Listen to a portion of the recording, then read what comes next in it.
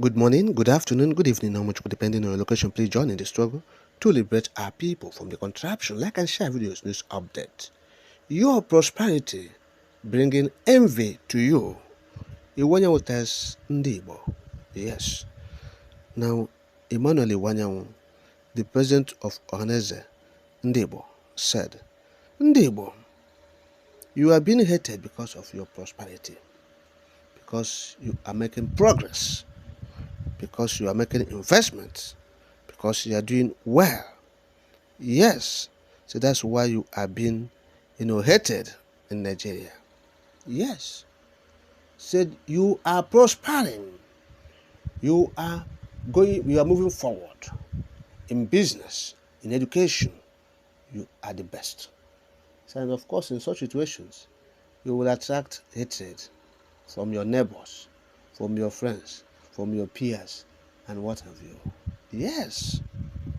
Said the Nigerian system or the government or the actors, if you like, the stakeholders, or even better still, shareholders of Nigerian company. Okay? So they have decided not to restructure Nigeria. They said no restructuring because they are enjoying the status quo. That's according to Wanyamu.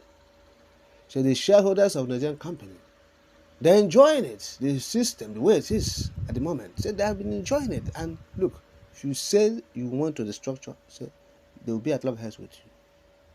Why restructure what they're enjoying? Yeah? Say no. The people, the shareholders don't want it. They want the thing to continue like this. So they've been enjoying it because they're fishing in troubled waters. So the waters will never be calm. It will never be in their interest. So they work against that to protect their interest. Yes. So that is what the was saying. So because of that, the government said they don't want to be restructured, that the citizens, the people of Igbo land, so they have decided that they will devise means to develop their own region. So because the situation is not working. It's not working. All right. Let me quote part of the statement of Iwanyan. Quote, let me tell you the truth. Anybody who does better than his peers will attract envy and persecution. I can recall that when amalgamation was done in 1914, Igbo did not have any college, but by 1960, we were the best in education. This is because of the capacity of Igbo. That is why I am saying anybody who is born in Igbo land will be a member of Ohaneze. I have seen that Ohaneze is what will save the Igbo. We keep talking about restructuring, but Nigerians are not ready. They only know what they are gaining. So we are restructuring ourselves. We are looking at how to use our resources. We have found out why our people don't come home to invest, and we are solving it. We are going to restructure Ohaneze. End of quote.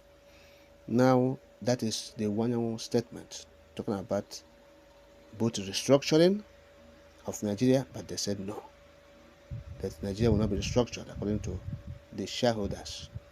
They said they are restructuring themselves, the Ohaneze, so it's better for them if they will restructure themselves and come back home and say the truth to the people. Like he's saying now, say, look, part of the truth is this. Say leaders have failed, the so-called leaders, those shareholders. They said no to restructuring. So if you are advocating for restructuring, if you are an ambassador of restructuring or whatever, it's not working. Don't say it again. Don't go anywhere and talk about restructuring. Iwanyan said it's not working. If you have been an ambassador anywhere you go, say, hey, the only thing that will save Nigeria is restructuring. Do not say it again. It has come to the realization that, look, nobody wants it in those people in the quarters of power. They don't want it. The shareholders don't want it. So if someone comes tomorrow to tell you, we are planning restructuring, it's not true. It's a ruse. Deceit. He said, no more. Yes, end of the road for restructuring. End of the road. He said, leaders, in quote, don't want it. The shareholders of the company, they don't want it. So, but he said they are going to restructure the Ohaneze itself. Yeah, that's what we're saying. Restructure yourself. Tell the Biafrans the truth.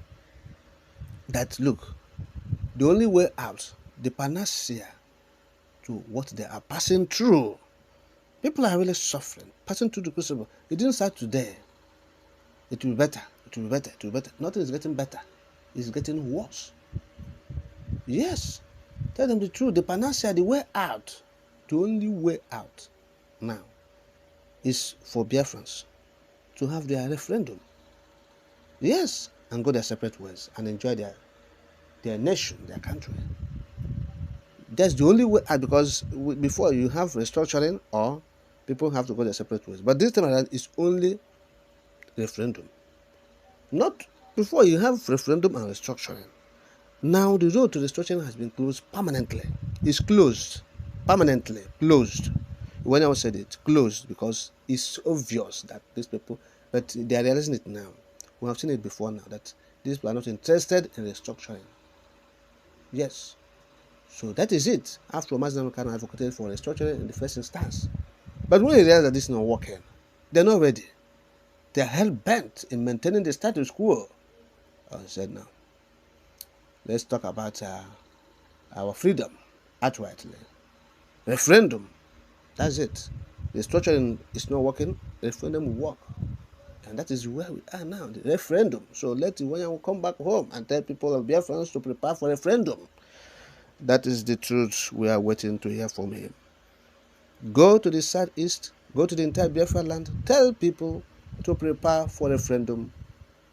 Because after restructuring yourself, we want to hear this. Since Ohaneze said they want to restructure itself or herself for the betterment of Ndebo, then what we want to say, the output, therefore, after the restructuring must have been, when you go out, yes, it must be that you must go out and tell the people about the referendum. Yes, to prepare for it. To prepare for a referendum, for their freedom. Because it's obvious, it's a failed entity. When you portrays the point here, isn't it? So we're not talking about demolitions going on against Ndebo in Abuja, in Lagos. When you made mention of those things, of course, they said no compensation has been paid for any Igbo man, for his properties demolished in Lagos. And even in Abuja, the governor of Lagos State is not paying anybody for compensation. Whereas if they are brothers, they will pay. That's the one Nigeria you're talking about. Okay? But this is why they are all the people that brought this upon Ndebo. But this time around, he's saying, look, that this restructuring has failed. The leaders, in quote, don't want it. The shareholders detest it. But they are restructuring Ohaneze.